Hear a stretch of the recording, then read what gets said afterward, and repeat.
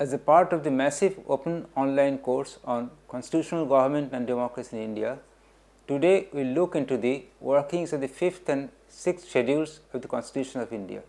Schedules, to start with, are actually additions to the Constitution. They usually contain details which articles in the Constitution text cannot accommodate. So, there are a number of schedules, of which our interest today is on the 5th and the 6th schedules. These two schedules are important from 2 points of view. One, they deal with the tribal question in India, the role and responsibility of the government of India and also the state governments, and also it has an indirect link to the issue of federal polity. It often raises the question whether the presence and the workings of the 5th and the 6th schedules are inimical to the principle and philosophy of federalism as has been tried to be upheld with the Constitution of India. Let us see what it tells us. The 5th and 6th schedules actually follow from Article 244 clauses 1 and 2 of the Part 10 of the Constitution of India. They are in fact details which are not given in Article 244 clauses 1 and 2.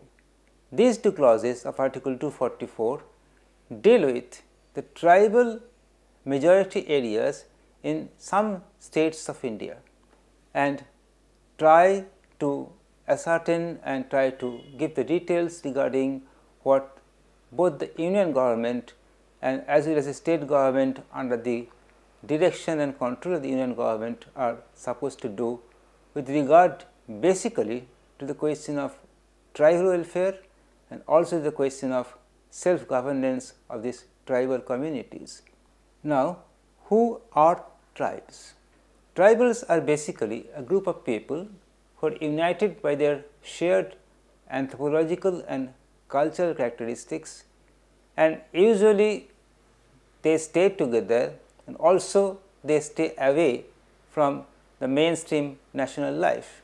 We can find them primarily in areas which are often geographically inaccessible and in some parts of India, mostly in northeastern part and also in the central and western part.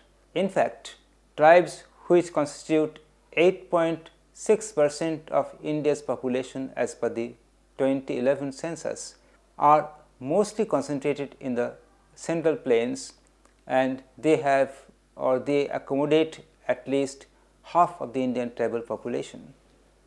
If you look at the history a bit, we will find that when the colonial rulers came to India, they found India to be having a large tribal population and basically concentrated as where they are now. Now, they encountered two realities. One was that these tribal people, socially and economically backward as they were often exploited by non-tribal economic predators for their own economic benefits.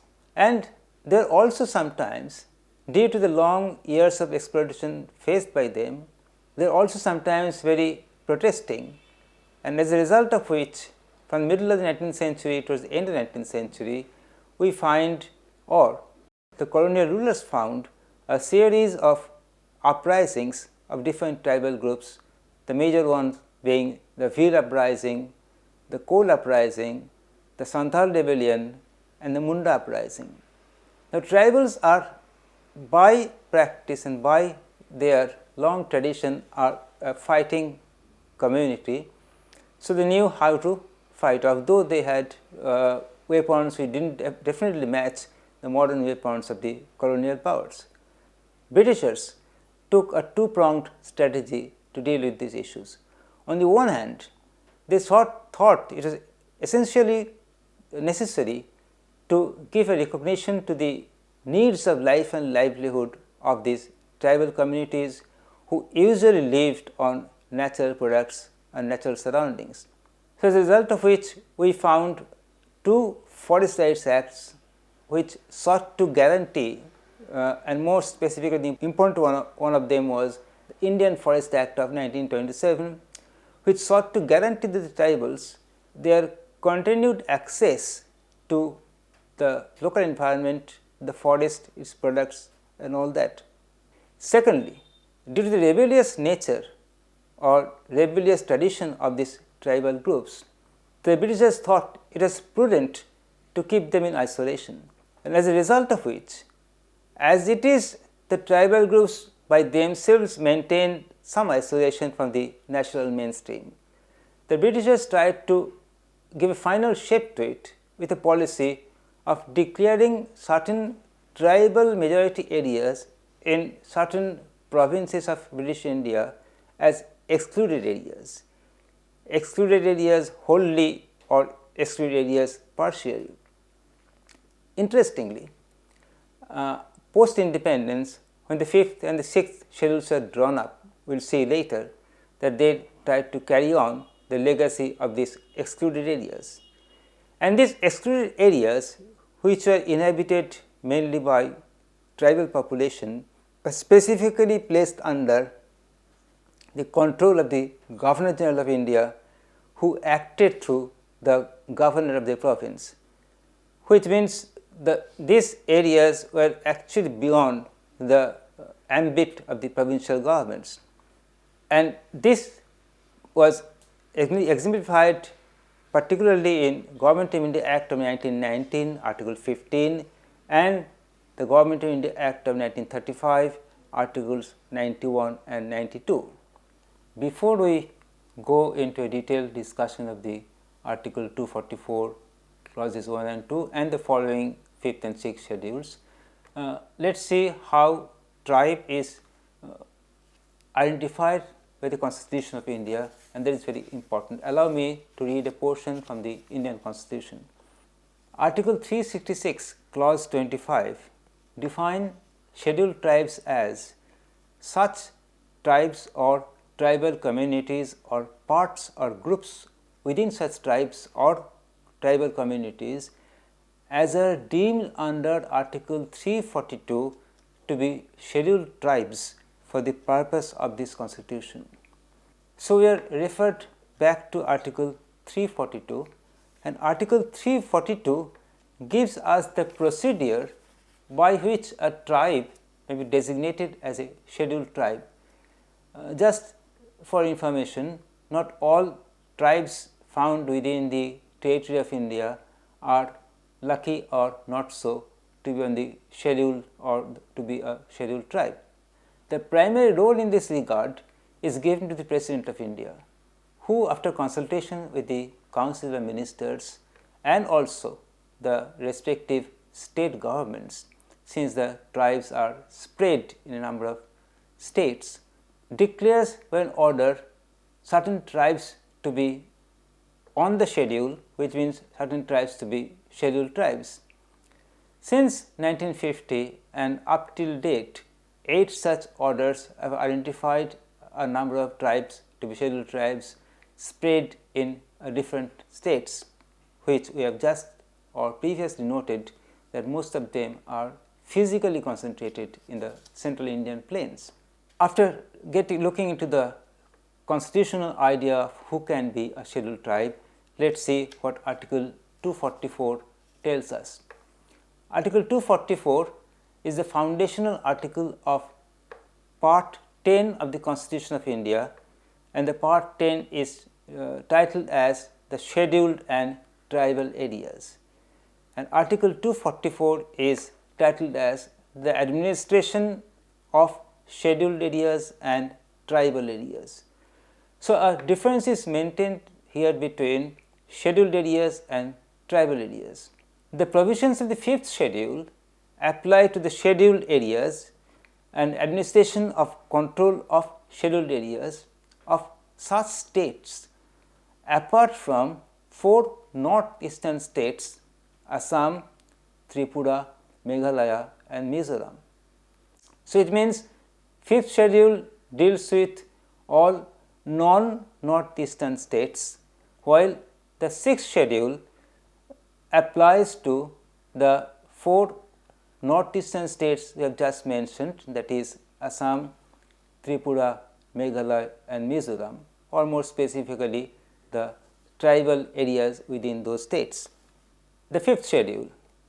In the fifth schedule, there are certain features of the fifth schedule as they are applicable to the non-northwestern states and tribal areas within them. One is declaration of scheduled areas. The President of India has to, through an order, declare certain areas within certain states to be scheduled areas, depending on the presence of tribal people and tribal communities. A question could arise that how can actually, though no specific characteristic features are mentioned in the Constitution, about the question who can be a tribe. First of all, one has to be a tribe and then it can become a scheduled tribe or not. However, who has to be a tribe, no specific guideline has been mentioned in the Constitution text. We can get that idea only through some guidelines as mentioned in the 1931 census and through the reports of various post-independence committees and commissions formed for the purposes of different issues relating to the tribals. In this, the stress is mainly on 1. The backwardness of the community, 2. Their distinctive cultural characteristics, 3. Their isolation or an attitude of isolation from mainstream national life. Actually, tribes do not fit into any particular religious category too. So, with this rough kind of idea, we identify tribes and then they qualify to be on the scheduled tribe list. Now, Article 244, which clause 1, which has led to the fifth schedule. In the fifth schedule, the first task is to declare an area to be a scheduled area, which means an area inhabited by a majority of tribals. So, first the President identifies by notification. The President may also extend the area, may also shorten the area, may change the area, may change the name, but is essentially a responsibility of the President. Once the President has done it, then it is the responsibility of the governor of that particular state to look after the activities within that scheduled area, and the governor has to send to the President an annual report in this regard.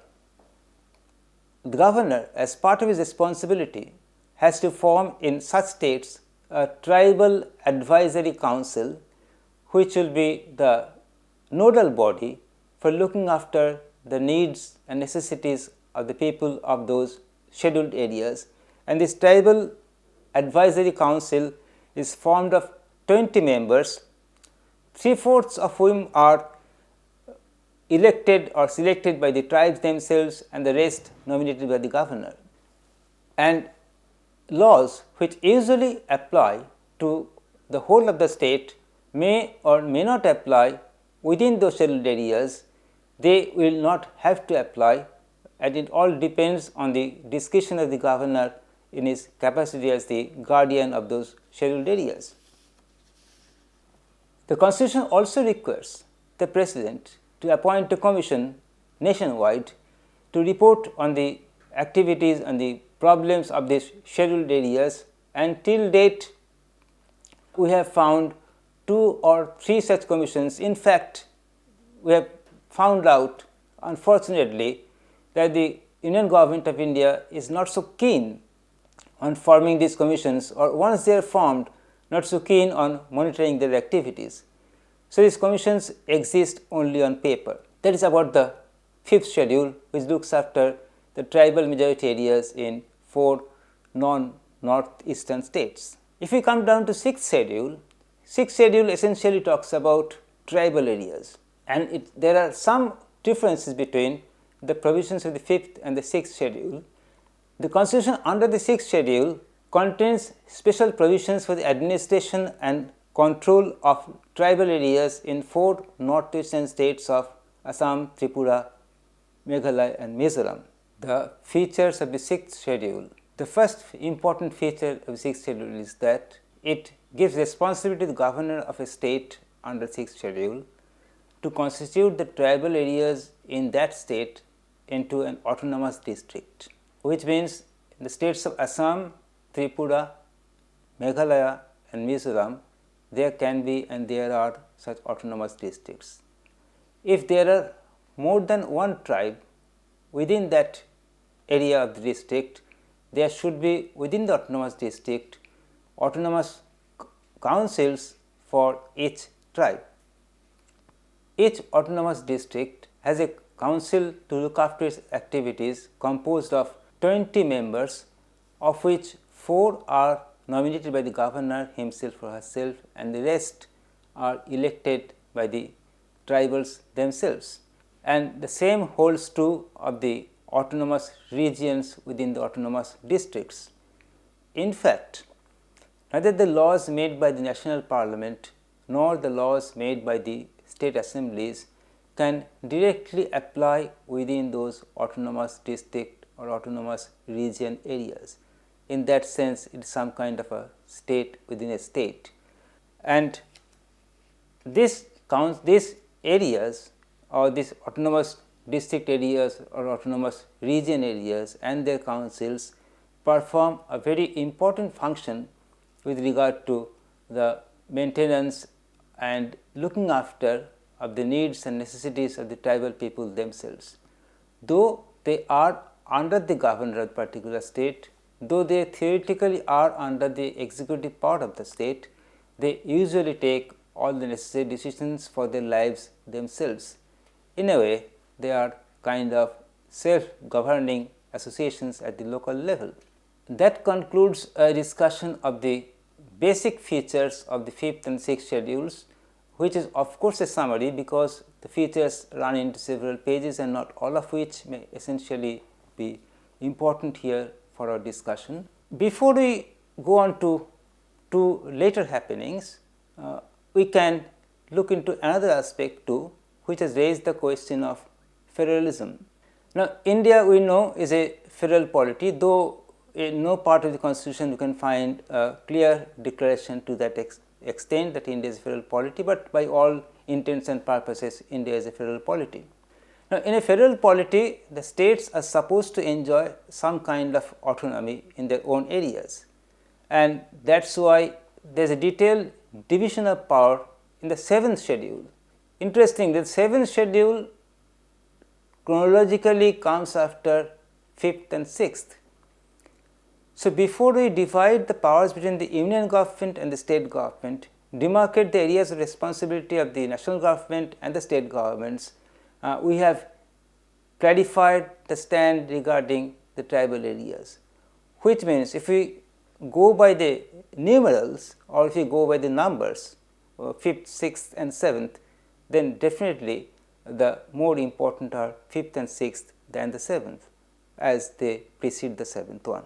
Now, we can come to two recent changes which have some bearing on our discussion today. One is that you all know that by the 73rd Constitutional Amendment Act of 1992, Panchayat was made an all India practice and the Panchayati Raj system was instituted all over India except the 5th schedule areas. In 1996, the Panchayati Raj system was extended to these scheduled areas through the provisions of the Panchayat's Extension to Scheduled Areas Act 1996 or PISA Act of 1996, and this Panchayati Raj system tried to strengthen the already found traditional self-governance in these tribal communities by giving it a structure. So, Gram Sabhas constituted under this PISA Act of 1996 tried to institutionalize the traditional systems of self-governance as found in different tribal communities. And these Gram Sabhas have been given enormous responsibilities to look after the needs of the property, inheritance, the local forest produce and all the control over the local forest produce and all these issues which affect the daily lives of the tribals themselves. So, this PISA can be explained or can be looked upon from two angles. One, is it strengthening the scheduled areas? Is it further augmenting the fifth schedule, or is it cutting into the powers given to the scheduled areas by the fifth schedule? Arguments are there from both sides, and actually the truth lies somewhere in between. Regarding the sixth schedule, we know that in year 2003, as a result of an agreement, the Bodoland territorial area district was transferred into the Bodoland Territorial Council in Assam, which comprised 4 contiguous districts of Kokrajhar, Baksa, Udalguri and Chirang, with an area of some more than 8,000 square kilometer. Thus, a Bodoland Territorial District Council was transferred to the Bodoland Territorial Council, and which is almost totally self-governing. So, these two, regarding fifth schedule, the extension of the panchayat system to fifth schedule areas, and the formation in 2003 of the Bodoland Territorial Council have raised important questions, because in 2003, as we know about the state of West Bengal, prior to in the 1980s, the demand for the Gorkhaland state, and this demand was sought to be given a compromise formula in the sense of the formation of the Darjeeling Gorkha Hill Council in the times of the left front regime. But once this Bodoland Territorial Council came up in 2003, after long years of partly militant struggles and partly peaceful struggles, the government of India agreed to such a territorial council. Once again, the hill people of the Darjeeling district raised the question of having a similar territorial council for Darjeeling hill people. So, the formation and the activities of the Bodoland Territorial Council and the agreement signed to this extent by the Government of India, Government of Assam and the Bodoland tribal force opens the door for perhaps many such demands in future for such territorial councils. And regarding the PISA, it can once again be called that whether to extend the PISA to not only to fifth schedule areas, but to sixth schedule areas as well. So, in a way, just as we should discuss fifth and sixth schedule separately, we should also discuss fifth and sixth schedule together with all other acts, all other orders of the Government of India, which have tried so far till independence to ensure both the improvement of the social and economic conditions of the tribal people, and as well as to keep alive their systems of traditional local self-governance by not interfering into their activities either on the level of the state governments or on the level of the national government.